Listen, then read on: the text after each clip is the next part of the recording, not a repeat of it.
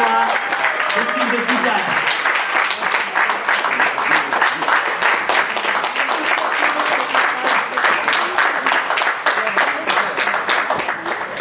Oui, il y avait des gens qui disaient si, il a dit, et d'autres qui disaient non, il l'a pas dit du tout, et tout ça.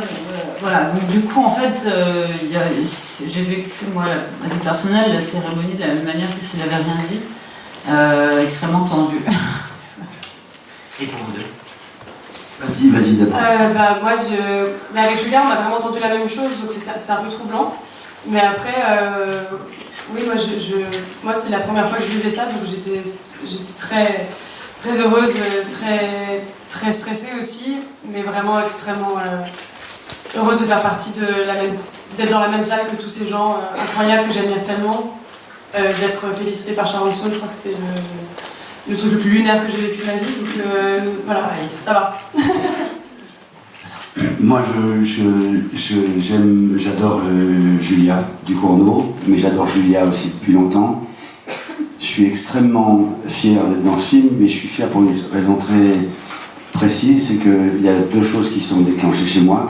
La première, c'est que je suis content d'avoir eu l'espace de comprendre et d'accepter moi-même d'aller dans ce film, où peut-être que quelques années avant, je ne l'aurais pas compris à la hauteur de ce qu'il fallait, et j'aurais peut-être pas vu toutes les nuances et toutes les choses fantastiques que ce film dit et comporte. Et deuxièmement, je n'oublierai jamais une chose très importante, c'est que je pense qu'il y aura un avant et un après pour moi, parce que Julia m'a appris des choses, mais pas forcément que en cinéma, mais elle m'a appris à lâcher prise sur deux, trois petites zones de confort dans lesquelles les acteurs se mettent de temps en temps, et je ne suis pas le seul. Je pense que beaucoup d'acteurs qui font ce métier, qui l'exercent au plus haut niveau, à un moment, de temps en temps, sans se rendre compte, on a une petite complaisance, et elle m'a pris, elle m'a secoué comme un shaker, et elle m'a dit tu vas faire ci, tu vas faire ça, tu vas me faire confiance. Et il n'y a rien de plus agréable que de faire confiance à quelqu'un qui vous dirige, à une femme, et en plus qui est plus jeune que vous, et qui au départ on pense qu'elle a moins d'expérience, et elle a fait ce qu'elle a voulu de moi, et j'adore avoir été à son service. Et ce soir, c'est un des plus beaux souvenirs de ma vie de cinéma. Voilà. Je voulais la remercier pour ça. Aucun réalisateur ou aucune réalisatrice, le film qu'on fait est parfait. C'est impossible parce que nous, à force de voir et revoir notre film, on passe notre temps à nous dire qu'il y a des défauts. Nous, on voit que les défauts. À titre personnel, je ne vois que les défauts de mon film. Ce qui ne m'empêche pas de l'aimer, noter, mais je vois que les défauts. Donc du coup, je me suis un peu mis aussi, c'était quelque chose qui était un petit peu dans ma tête,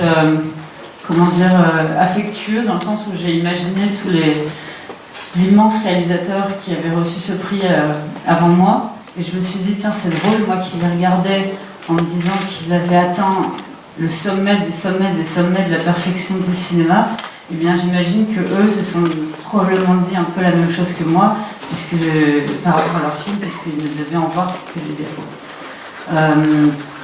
La question par rapport au collectif 50-50, je ne suis pas sûre de l'avoir très bien comprise. Est-ce que vous pouvez me la répéter, s'il vous plaît?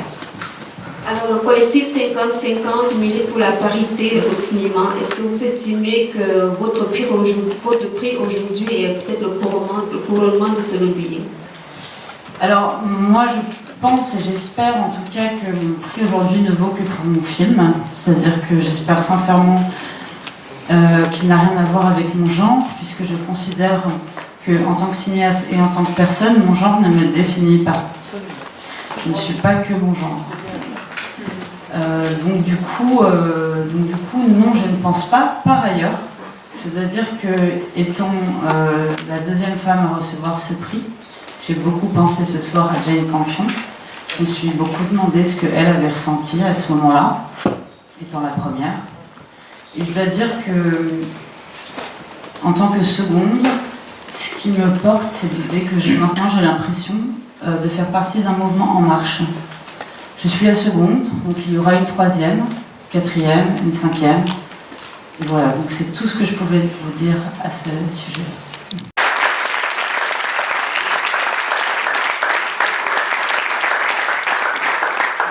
Je vais compléter si vous voulez bien.